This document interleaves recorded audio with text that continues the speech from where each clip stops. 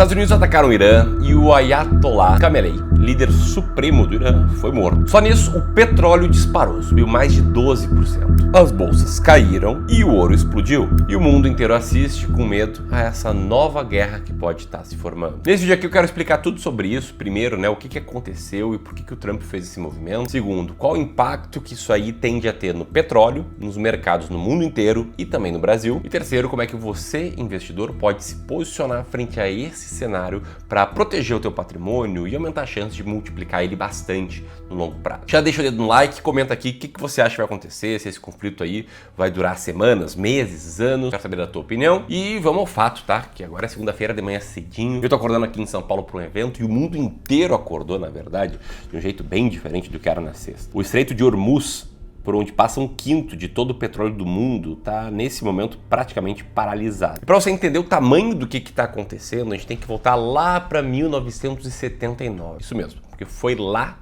que a Revolução Islâmica tomou conta do Irã. O governo iraniano da época, ele foi derrubado e foi substituído por um sistema baseado em leis religiosas. Os líderes religiosos se tornaram os líderes supremos, ou mais conhecidos como ayatollahs. A monarquia derrubada era apoiada pelos americanos e foi nesse momento que os Estados Unidos e o Irã se tornaram inimigos declarados. Foram quase 5 décadas de tensões, ameaças, espionagem e tensão constante. Inclusive eu me lembro quando eu era criança, bem criança mesmo, um evento muito marcante que foi o jogo entre Irã e Estados Unidos pela Copa do Mundo de 98. Detalhe aí, em meio a todos esses conflitos, as duas seleções se enfrentaram, que lá foi um símbolo legal de, na época, paz. Mas enfim, nenhum presidente norte-americano, nem Bush, nem Obama, nem Biden, ousou fazer o que o Trump fez. Estados Unidos, junto com Israel, lançaram uma ofensiva contra o Irã. Centenas de alvos foram atingidos. O líder supremo do país, o Ayatollah Ali Khamenei, de 86 anos, foi morto, e comandantes militares, negociadores e uma série de figuras centrais do regime simplesmente desapareceram. Trump disse que o comando militar iraniano se foi também. O Pentágono batizou a operação de Fúria Época, e mesmo que pareça, o nome não era exagero. Em poucas horas, essa estrutura que governava o Irã há décadas foi decapitada. E aqui surge já a primeira grande pergunta, né? O que vai vir depois disso? O professor da Escola Naval Americana resumiu de forma cirúrgica.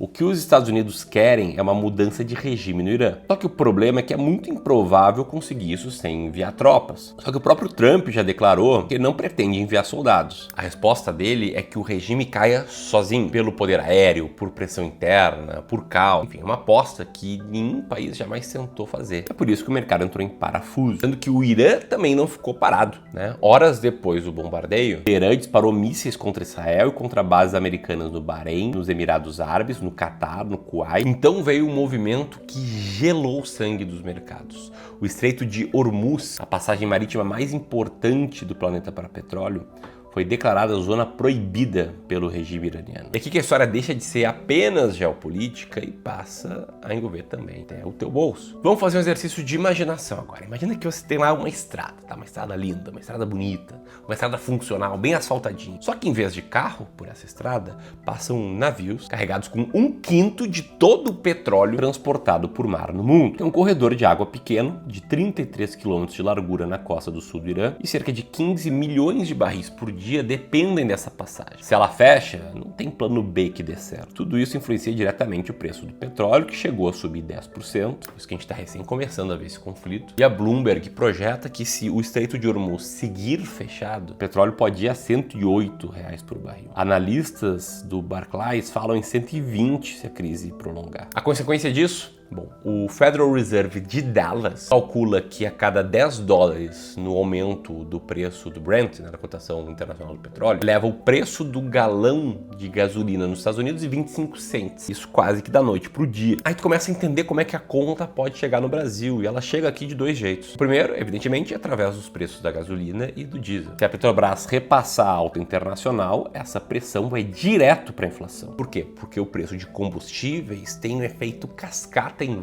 vários pontos do nosso dia a dia. Bate em frete, que aumenta a alimentação e bebidas, bate em transporte, bate uma porrada de produtos e por aí vai. O segundo ponto é pela curva de juros. Por quê? Porque se o petróleo sobe muito, e não precisa ser nenhum gênio para entender que isso vai para a inflação, qual que é aquele remédio amargo para conter a inflação?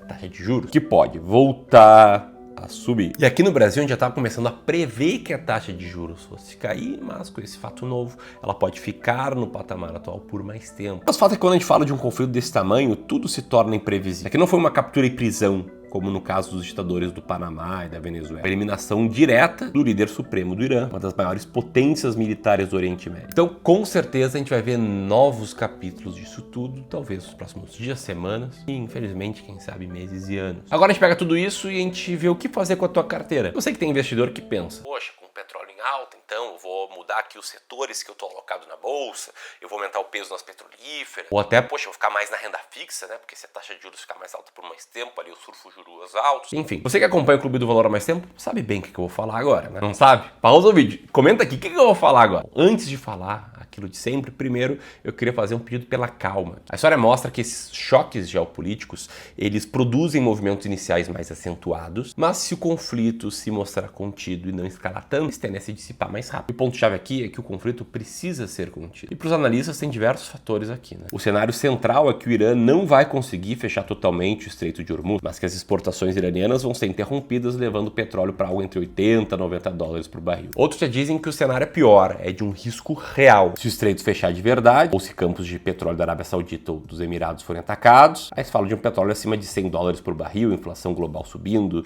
bancos centrais travados e uma correção séria de bolsas. Mas o clubista de verdade já está procurando uma lixeira, né? Uma lixeira mais próxima para pegar toda essa historinha aqui, amassar num bolinho de papel e arremessar na lixeira. Porque aqui eu te trouxe tudo que está acontecendo, que é importante saber por cultura geral, por repertório cultural, mas que não é importante você saber para tomar decisões de investimento. Na hora de investir, pegar o que está na mídia, o que está no macro, ler o cenário mundial geopolítico para você, da tua casa, no Brasil, com as informações que eu tenho, que todo mundo tem, conseguir interpretar algo que ninguém viu e tomar uma decisão boa com base nessa interpretação de algo que ninguém viu, isso aqui não é o melhor caminho, não. O retorno do investidor médio quase sempre é menor do que os seus índices de referência. Justamente porque na média ele tenta fazer isso, ele tenta interpretar os fatos e ele mesmo concluir algo. Na média acaba comprando na alta e vendendo na baixa. Então como é que tu faz para te blindar disso e para ser diferente da média? 3 coisas: definir tua alocação de ativos, garantir que tua carteira vai estar diversificada e fazer o rebalanceamento. É assim que a gente consegue deixar as emoções de lado na hora de investir. Definir a alocação de ativos é pegar um Excel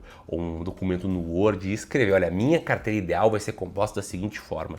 E aí tu coloca lá o percentual entre renda fixa e entre renda variável. Só que não garante apenas diversificar entre renda fixa e entre renda variável, e sim entre diferentes classes de ativos em renda fixa e também em renda variável e diferentes ativos dentro de cada classe, que é a segunda etapa, a etapa de diversificação, em que a BlackRock, a maior gestora do mundo, é uma daquelas que explica por que esse ponto é tão importante. Ela diz que permanecer no mercado, ou em inglês, time in the market, é mais importante do que tu tentar acertar o momento certo de fazer uma ação, que em inglês é timing, ou seja, time in the market is better than timing the market. Ponto aqui, quanto maior for o teu prazo e melhor tiver diversificado a tua carteira, maior a tua probabilidade de ter bons retornos. E bem diversificado, tu consegue reduzir risco, aumentar os retornos e bater tuas metas. Então, se tu definiu tua macroalocação e a tua diversificação, aí sim tu vai para a terceira etapa, que é rebalancear.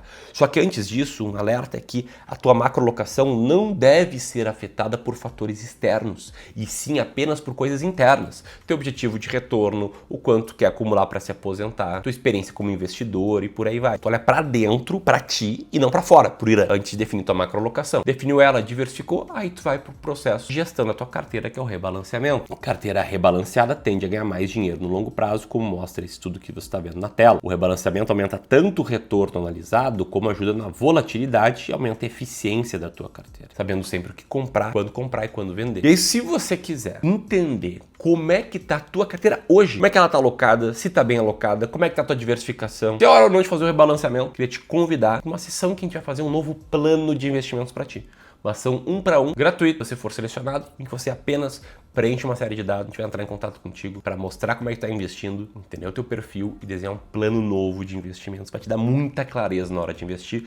O link para isso é o seu primeiro link na descrição, beleza? Porque quem te viu no Irã já é o maior choque geopolítico desde a invasão da Ucrânia. O líder de um país foi eliminado, o petróleo explodiu, os mercados estão tremendo. E tudo isso num contexto em que o mundo já lidava com tarifas, tensão e incertezas. São muitos choques ao mesmo tempo. E a gente falando que a gente está vivendo um novo reset mundial. Toma muito cuidado com isso, tá? Mas o fato é que quem fala isso, do meu ponto de vista, contribui para que abram-se grandes oportunidades no mercado para quem sabe como investir. Eu falei agora que no primeiro link aqui na descrição tu consegue agendar uma conversa com o especialista do clube para a gente te mostrar um novo plano de investimentos. No segundo link, pode se registrar para uma live, para uma aula, que eu vou te mostrar como alocar tua carteira de forma eficiente nesse momento, de acordo com o que está acontecendo no mundo e como seguir esse passo a passo que eu mostrei de como investir, de forma, é claro, muito mais aprofundada do que num vídeo de 14, 13 minutos no YouTube. Uma masterclass vai se chamar A Maior Transferência de Riqueza da História e você pode participar apertando aqui. Dito isso, comenta o que você acha que vai acontecer. Era isso, um grande abraço e até mais.